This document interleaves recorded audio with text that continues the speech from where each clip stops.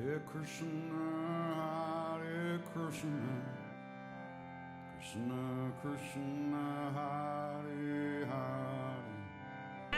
હરે કૃષ્ણ મંદિર ભાડજ અમદાવાદથી આવ્યા છીએ અને અત્યારે ગીતા જયંતિનું સેલિબ્રેશન કરી રહ્યા છીએ અમે લોકો. 1 ડિસેમ્બર એકાદશીના દિવસે ગીતા જયંતિ હતી, તો હરે કૃષ્ણ મંદિર ભાડજથી અમે લોકો લગભગ 1.5 મહિના સુધી એનું ઉજવણી કરીએ છીએ અને સનાતન ધર્મના પ્રચાર માટે ફરીએ છીએ કે ઘરે ઘરે જઈ અને ભાગવદ્ ગીતા, કૃષ્ણ બુક, રામાયણ, મહાભારત બધા પુસ્તકોનું વિતરણ કરીએ છીએ. હું અહીંયા કેવી રીતે આવી એવું તો કહું તો કદાચ હું એવું માનું છું કે કદાચ તમે મને બોલાવી હશે એટલે હું અહીંયા સુધી પહોંચી છું. મેં આ એરિયામાં હું ફર્સ્ટ ટાઈમ આવી છું મારી, પણ મને કોઈક તમારા એક ભક્ત અહીંયા રેગ્યુલર આવે છે અને એનો કોન્ટેક્ટ થયો ને એમણે એવું કીધું કે તમે ભક્તોને શોધો છો, તમે સનાતન ધર્મનો પ્રચાર કરવા માગો છો, તો એક બહુ સારું સ્થળ છે, તમે ત્યાં જાઓ તો તમને બહુ સારો રિસ્પોન્સ મળશે એમ. તો એમને મેં પૂછ્યું તો કઈ જગ્યાએ છે, તો એમણે તમારું એડ્રેસ આપ્યું કે તમે રવિવારે જજો, તમને બહુ સારો રિસ્પોન્સ મળશે અને માડીના આશીર્વાદથી તમે તમારું કામ, તમારી સેવા કરી શકશો એમ. તો અમે આજે બપોરે આવ્યા હતા તમારા સ્વયંસેવકોના સપોર્ટથી. અમારી જે ઈચ્છા હતી કે અમે ભગવાનની સેવા કરીએ, ભગવાન રામ કૃષ્ણના પુસ્તકો અમે ઘરે ઘરે સુધી પહોંચાડીએ, સનાતન ધર્મનો પ્રચાર કરીએ, લોકોની જાગૃતિ અમે વધારીએ કે ભગવાન શું છે, ભગવાન વિશે જાણો અને ભગવાન જ આપણા માટે સર્વોપરી છે. એ વસ્તુ એ અમે સેવા તમારા સપોર્ટથી અમે કરી શક્યા છીએ માડી. તો અમે તમારો ખૂબ ખૂબ આભાર માનીએ, તમારા આશીર્વાદની અમે અપેક્ષા રાખીએ છીએ. ભલે રામ રામ હું રામવારી મેલડી માં તરીકે ઓળખાઉં. હા, દુનિયા માટે મારા નામનો પ્રભાવ એવો છે ખૂંખાર મેલડીમાં. આ કેવા મેલડીમાં હશે? કદાચ તમે પ્રવચન સાંભળ્યું હશે ધ્યાનથી, તો માતા શું કાર્ય કરી રહી છે એ પ્રવચનના શબ્દોથી તમે કૃષ્ણની ભક્તિ કરો છો તો એ અનુસાર તમને ખબર પડી ગઈ હશે કે મારી શું કાર્ય કરી રહ્યા છે. આવા હજારો લાખો ભક્તો જે દૂર દૂરથી ગામડાઓ વિસ્તારોમાંથી જે ગ્રામીણ પરંપરામાં હજુ જીવન જીવે છે, જે પરંપરા જૂની પકડી રાખી છે, જેમ કે માતાજી હોય તો માતાજીના બકરાની બલિ ચડાવો તો મેલડીમાં પ્રસન્ન થાય. જો માતાજીને બકરો ના આપો તો મેલડીમાં ક્રોધિત થાય. કોઈએ કરી નાખ્યું છે, આ માતાજી નડ્યા, આ નડ્યું, પેલું નડ્યું, આ બધી વસ્તુથી ભ્રમિત થઈ લોકો દર ભટકે છે. એ ભટકેલા માણસોને સાચા રસ્તે લાવું છું, સાચા રસ્તે લાવીને ભગવાનની ભક્તિ, ભગવાનનું નામ પ્રદાન કરી અને સેવાનો ઉપદેશ આપી અને એમનું જીવન આનંદમય થાય, એમના જીવનનું કલ્યાણ થાય, એ હેતુથી હું આ ચુંદડી ઓઢીને બેહું છું. નહીં તો ખુલ્લા મોઢે પ્રવચન થાય ના થાય એમ નથી, પણ આ લોકોને વિશ્વાસ આ ધૂણમાં જ છે એટલે ધૂણીને કહેવું પડે. સાચી વાત છે, સમજ્યા?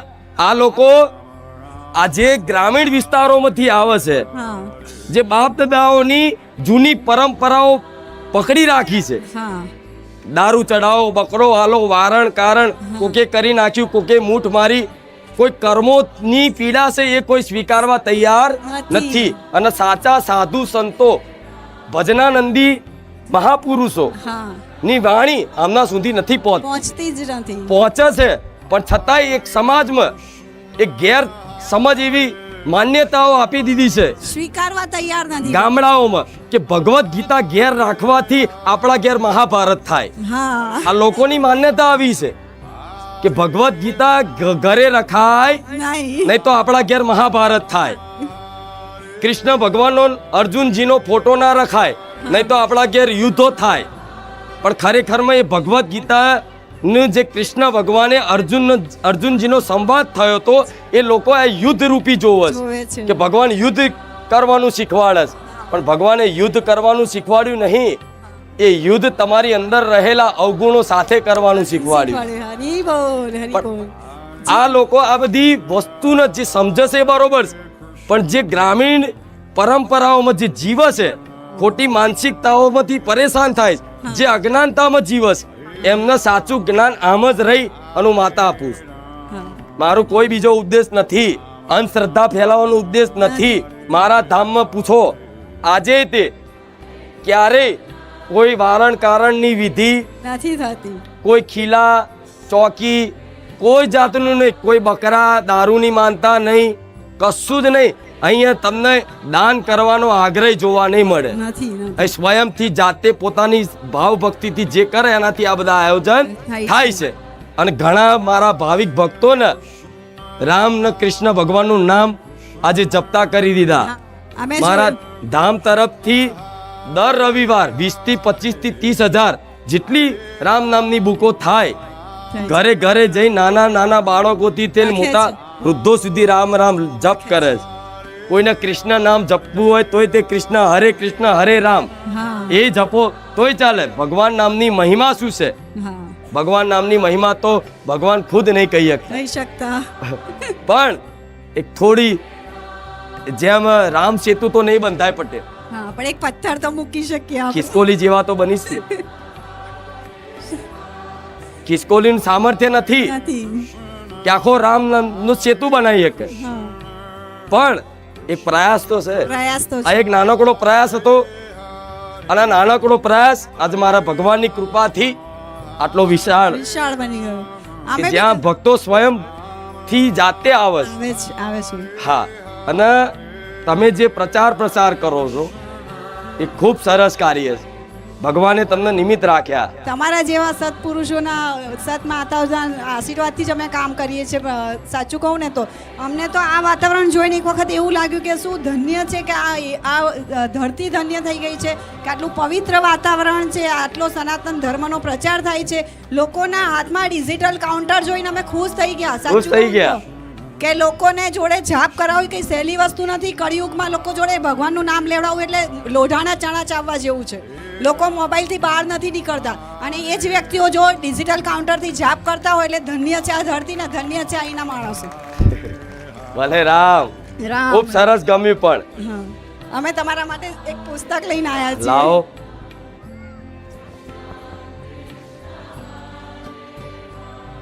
આ પુસ્તક નથી, આ મારા સાક્ષાત મારો ભગવાન છે. અમે બી મારી બધાને જ કીધું છે કે જેના બી ઘરે ભગવદ્ ગીતા નથી, કૃષ્ણ બુક નથી, એ તમે લઈ જાઓ. એ તમે પુસ્તક નથી લઈ જઈ શકતા, પણ આ ખુદ એક ભગવાન તમારા ઘરે આવે છે તો તમે એને વેલકમ કરો. અને તમારી પાસે હશે તો તમે એને ખોલશો, તો તમે એને વાંચશો. તમે નહીં વાંચો તો તમારા બાળકો. કેટલા લોકોએ આ ભગવદ્ ગીતાનું વાંચન કર્યું છે? નથી જોવો સન પણ આજ્ઞાનતા છે. આ વાંચી લો ને તો મારે બોલવાની જરૂર નહીં, બધું થઈ જાય.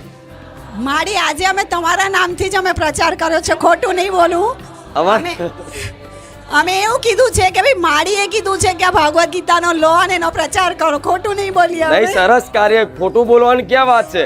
અને ભગવત ગીતા વાંચવી જોઈએ એ આજનું કીધું છે. પહેલેથી કહું છું માતા, ઘણા સમયથી હાથમાં હું રાખું છું ને બતાવું છું કે વાંચો. આમાં ભક્તિ યોગ, જ્ઞાન યોગ, રાજ યોગ, ધ્યાન યોગ, 18 અધ્યાયના 18 યોગ છે.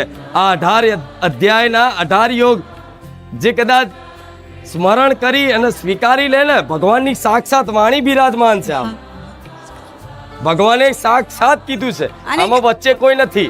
ડાયરેક્ટ કૃષ્ણ ભગવાને સમયનું કાળ ચક્ર રોકી અને અર્જુનજીને ઉપદેશ આપી. અને અર્જુનજીને ખરેખરમાં નતા આવતા, એ તો નર અને નારાયણ હતા, પણ એમનો સાક્ષાત આવનારા યુગમાં, કળિયુગમાં, આ કળિયુગના અજ્ઞાની જીવોના ઉદ્ધાર માટે આ ભગવત ગીતાની રચના થઈ છે. એમાં તમારા પ્રભુ શ્રીપાદને હા જી, એમને એક ભક્તિનો એક પ્રકાશ મહિમા, ઇસ્કોન મંદિરનું આજે ચારે બાજુ દેશ દુનિયામાં આજે ફોરેન હરે કૃષ્ણ હરે રામા કરતા કરી દીધા. તમે જે જોવો છો ને અમુક મોબાઈલમાં વિડીયો આવતા છે, ફોરેનના ભૂરિયા હોય, હરે કૃષ્ણ હરે રામ રામ રામ હરે હરે, એ ગાય છે ને એ એમના ઇસ્કોન સંપ્રદાયના.